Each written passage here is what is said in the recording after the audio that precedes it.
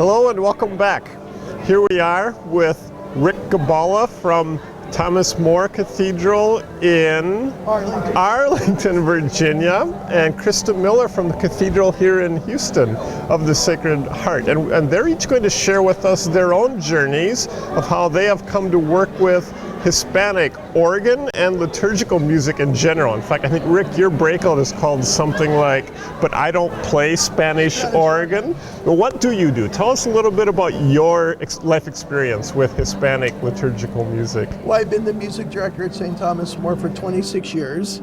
And when I arrived, I was told the Spanish Mass was fine, their music groups were in place, and that I didn't have to worry about that, which was great because I had 5 English Masses, funerals, weddings, concerts to worry about.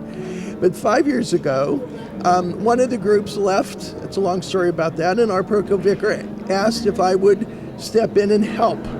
And as a non-Spanish speaker and not having any experience doing that, it was a bit of a challenge. But we quickly did things. We got a hymnal with notes, with real music.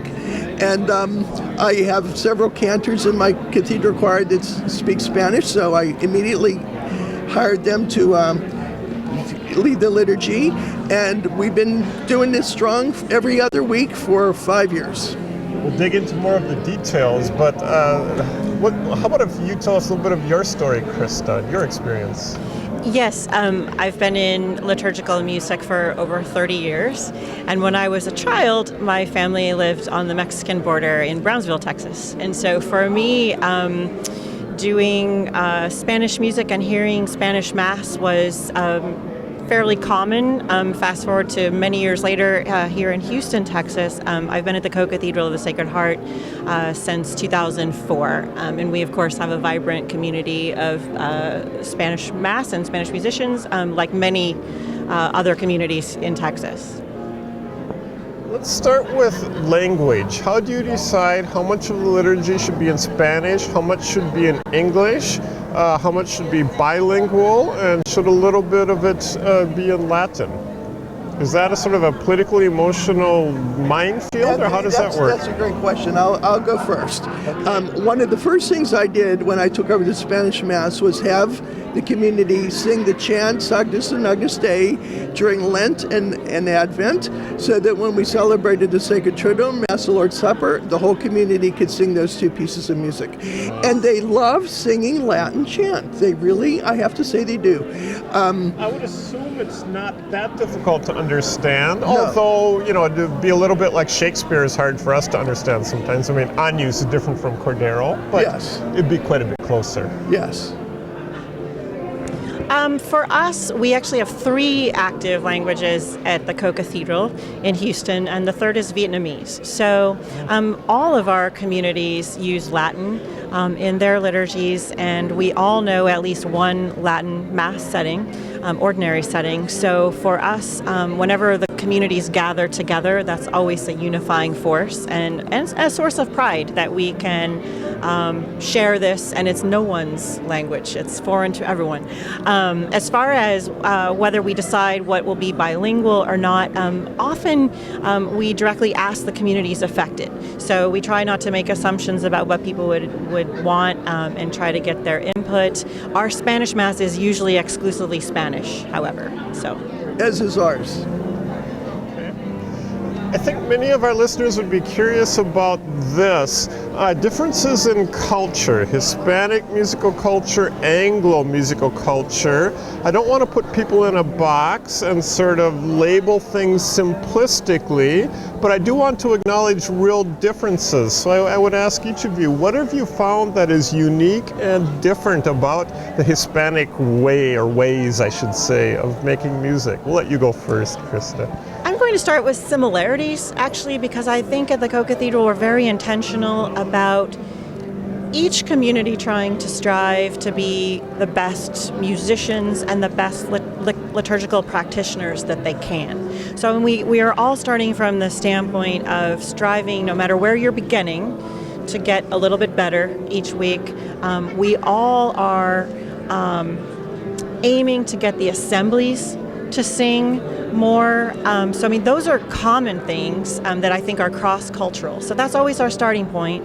As far as working with our particular musicians, I mean, I think it probably depends on the region of the country. It probably depends on the origin of your musicians, especially amongst the volunteers. But I feel like our particular folks culturally really want a sense of community. They want definitely to pray as a part of making music. And I also sense in our particular, our Spanish musicians, a great sense of humility. And sometimes I have to explain to them, well, this piece of Mexican Baroque music, you should feel proud of it, and it's okay. It's okay if you feel some pride in your heritage. So I think maybe that humility is something that stands out. Yeah, I want to follow up on that before we move over to Rick on this particular question. You know, I'm guessing that for a lot of real people in the real world, you know, Victoria is not a part of my Spanish culture just because he was in Spain, you know, any more than William Byrd is what, you know, all of our, you know, undergrads are humming. Sure. But do you try to introduce them to some of, the art music created on this continent in the 16th and 17th century and say this is part of your culture, or is that just too much of a reach? We absolutely do that. I think that's a very important mission of ours. I said in my talk yesterday that, you know, kind of a mission at the Co-Cathedral is that we really try to do at least 1,000 years of music in the repertoire. I mean, we certainly do living music. The Spanish community sings out of Floricanto, so there's certainly that element. But we definitely try to use that 1,000-year marker. So Gregorian chant, in fact, our Spanish Mass, right now, we've been joking about this, they're actually lapping the English community. They do 2 of the 3 propers every week, and with the English community only does 1. Wow. So we definitely do that, and we definitely try to use music of this continent as well. Well, I've only been at this for 5 years, and most of my Spanish choir do not read music. So it's been a challenge. Of course, I don't speak Spanish, so I say that we need each other. They help me and I help them. But it's been a challenge. The thing that I've learned is that they come from different parts, Ecuador, Nicaragua, so they do not have a common bond in music, and they learn their music differently. And so what I've learned is, as a musician, even though I have the music on the page, I've learned that I have to listen to the way they learned it and try to play it. You can't change something they've learned incorrectly. But when we learn a new piece of music, I try to make sure that we do it the way it's on the printed page. Do you have predominantly Spanish singers being asked to sing in English? No. At Spanish Mass, I have Spanish singers who speak exclusively in Spanish. And then at the 5 English Masses. But my cathedral choir has been stretched over the last 5 years, especially, to sing in Spanish. And we're doing more and more bilingual Masses. But it's been a challenge because I only have 3 that are fluent in Spanish. And for them to learn Spanish is it's a challenge, especially with a director who doesn't speak the language. Crista, being asked to sing in English they don't understand, or vice versa. Yes, but I mean, I think also this highlights something that is worth talking about, and that is that, you know, one size doesn't fit all. Different regions, I think, have different issues. I mean, I think most people in Texas are exposed to Spanish sometime. I think it would be very unusual to never hear Spanish and live in the city of Houston. So I also think that many of our folks are bilingual. I don't think there are many people who don't speak at least a little English. So remember that in Texas schools, there are very strong choral programs. A lot of people are exposed to Latin just from, you know, a high school choral method class. So I think that we maybe are a little ahead of the curve as far as pronunciation. We do spend a lot of time, especially in the English choirs, going over texts and asking native speakers to pronounce, and then we repeat. Because of my background as a child, even though I'm not really a fluent Spanish speaker, I can understand some basics and I can read pretty well, even if I don't know what I'm saying. So, you know, I think maybe Texas is, and maybe some other states in the U.S. are a little bit unique in this way. So, Where do you go for repertoire and resources? Do I just go to one of the main publishers and you look around at the website, or do I have to ask my choir what music they know by heart and there's no written music here? Do I have to ask the congregation, depending on what country they come from, what music they know? In preparing for my presentation, I contacted 4 major publishers, and I was overwhelmed with the amount of material that all of them have. Besides hymnals, bilingual hymnals, there are books, there's wonderful choral music available. The repertoire's there, you just have to look for it. Agreed. I think there are certainly many published resources of maybe written folk music. I think it's always good to talk to the musicians because they can tell you also rhythmic differences. Obviously, when we write down folk music, there's a limitation in notation. We've also used IMSLP as a resource. If you Google the archives of Mexico City Cathedral and the archives of Guatemala, there are a number of lesser known but very high quality Renaissance and Baroque and 18th century composers from this continent, and that's beginning to receive a flowering, I think, in this part of the country. And then, as I mentioned, we also use the propers. We use the Gradual Simplex as well. So we try also to make sure everyone has a common vocabulary. That's wonderful. Let me ask about newly written ritual music in Spanish. How much does it need to come from the culture and be written by a person? Or is it possible that a particularly sensitive and intuitive Anglo could really get the spirit and write for Spanish-speaking communities? Any thoughts about that? It's sort of a complicated philosophical question.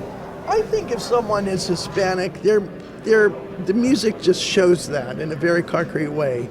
Some of the music that's pretty much Anglo music translated into Spanish just doesn't quite cut it. There's a definite musical style and a difference, and when you hear it, you know it's right. Crista, would you agree? I would, but I would also say that I feel like the basic objective technical way to write music that people can sing. I'm talking about assemblies, that assemblies can sing. I mean, I feel like people are the same, like the human body is the same. So I feel like music that has a regular pulse, that's fairly predictable, that can be learned very quickly by a non-reader, and that has a specific type of melody. And not, in our space, remember, I mean, our space has a 5-second reverberation. So things that work in our space tend to be slightly plain melodically. Maybe there are rhythms underneath that are decorative, but that part that the assembly sings, I feel like that's kind of objective. Like good musical principles are cross-cultural. Rhythms and sounds and instrumentation might be variables that are specific to a culture. I want to pick up that point. I believe it was John Wilson who once wrote an article, Hymn Tune Melodies, the Objective Factors. Now, when I saw objective, I thought, well, that's a philosophically loaded word. And what he described is, I think, an excellent analysis in terms of music theory of our typically Western successful hymn tunes with primarily half notes and quarter notes, not a lot of syncopation, scalar movement, or jumps that go to primary scale degrees. I feel uncomfortable saying it's simply human or objective because there's a lot of Western shading to it, but yet I would like to ask you, Kristen, can you put Spanish words to Lobe den Herren or Lasten sehr freuen or Old Hundredth, and does that work? Or is it just not authentic to the culture? And then I'll ask you the same question, Rick. That's an interesting question, and I'm smiling because, you know, my true answer is, well, it depends on what your idea of work is. You know, I mean, can it be done? Yes. I think definitely if you look at the Spanish language, there's a different set of text stress rules, and there's a different feel. And I do think that whatever language you're writing in, there is a musical style. So it depends is the answer. But I'm also thinking about for example, the Gregorian chant hymns. I'm thinking of Veni Creator, or I'm thinking of, you know, we know Western Gregorian chant, but I'm also thinking about what about Mozarabic chant? You know, there are other forms of music from those periods that were different culturally, and yet they still work. So I don't know. I think style is a different issue than necessarily principles of melody. Does that make sense? Yes. And I also want to say that the things that we do work for us. We have a specific type of church. It's a very reverberant space. It seats 1,800 people. It's a very traditional looking building.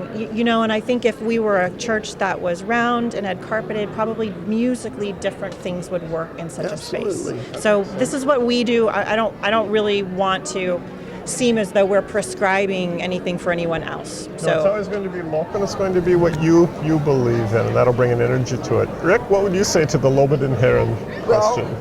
In my research, there are several publishers that publish wonderful bilingual hymnals, and all these hymn tunes that we know and love, St. Anne and name them, Duke Street, are in English and Spanish. But it just, to me, is wrong. They're hymn tunes that we have, a lot of us have in our bodies and souls. They don't own that. And the music, like in Floricanto, that OCP publishes, that the music was written looking at the text specifically. It's different, and it suits the style and the culture to me more than our hymnody. I like that you said they don't own that, because I think it's really important that each group of people we're trying to reach have an authentic voice, whatever that means for the local situation. I think it's very important to think about authenticity and that not be prescribed, that the people who we're trying to serve have some kind of input into what that means to them. I want to ask a little bit of a personal closing question. What would you say to someone who said the following? Well, I'm an Anglo who's never done Hispanic music, and I'm afraid, and I don't want to begin. I don't feel competent. I don't know anything about it. It's not my thing. In my experience as a redheaded child growing up in Brownsville, Texas, I was the only redhead in my neighborhood. Okay, and I find the people that I know to be warm and kind and very, imagine a non-English speaker that would come to you and say, I want to help you make music. What would your response be? So I feel to me that, we can't really be afraid. I think as long as we listen and think well and consider and be willing to learn with humility, I feel like it can work. I feel like perhaps we're too afraid. I agree. I find them to be most appreciative to anything I try to help them do. Very open. They welcome you without judgment into their community. They're just amazing people. There's something at their Mass that is just, their God is there. The Spirit is there. And you just go in and you do what you can do. The resources are there, and work at it, and you can do it. I'm hearing you say that not only is it possible, but I'm sensing it's also an enrichment for you and for the parish. Absolutely. I have to say, in the past 5 years of my 26 there, I have changed as a person. It's really made me stretch and grow. When we celebrate bilingual masses, I look at it very differently now because I want to include them and make them part of it. So absolutely, it has changed me for the better.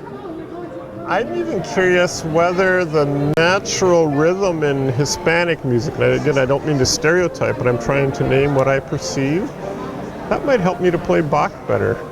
I never thought about that. You're right. You're right.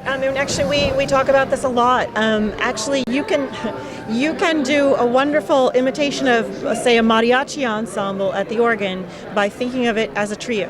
And true mariachi players, the bass is very important. The tuba might be very active in the bass. And so, obviously I'm biased because I'm an organist, but it absolutely would help you play a Bach trio. In fact, we have a recent, my colleague Michael Emmerich just published a piece on Pescador, which is a trio texture. And it is very Bachian, but you definitely can recognize Pescador de Hombres. I got to get that music. You should get that music. And, we sort of have laughed about that, like, how do we feel about this? But of course a trio would work. If you look at any ensemble, I've done some research in Lebanese music and those orchestras, and it's the same. It's percussion and harmony and melody, and that's what a trio sonata is, or that's what Bach did. So this is what I mean by the basic good musical principle is the same. So, Crista, I presume you use the organ at the Spanish Mass? We use the organ at the Spanish Mass, and for about the last year, we have used exclusively the organ at Spanish Mass. So, as we do, although my choir still to this day calls it the piano. We have a 4-manual piano at St. Thomas More. Okay, very good. Hey, I want to ask a second last question, if I may. Unique communities or integration? Should the Hispanic music making really be its own thing so it can be true to itself? Or should there be cross-fertilization and musicians intermingling and enriching each other? I think it has to be both. They certainly deserve their weekly Mass, but there are times, Mass, Holy Thursday night Mass, the Lord's Supper, and Thanksgiving morning, and Ash Wednesday, we had a bilingual Mass where both communities need to come together, and that's where people like Crista and I need to have a common repertoire so that when they do, they can sing together in unity. I agree. I think, I think people vote with their feet. So I feel like if someone wanted to go to an English Mass and they spoke Vietnamese at home, they would be welcome. I think also, that there are times that one wants to worship in their native language, and so we make that available. And we also likewise have certain times of the year that we know that we will come together as one community. Corpus Christi, for example, is a long celebration for us with all 3 communities in multiple languages. Good. Thank you for sharing your wisdom and your knowledge and your life experience. Bye-bye.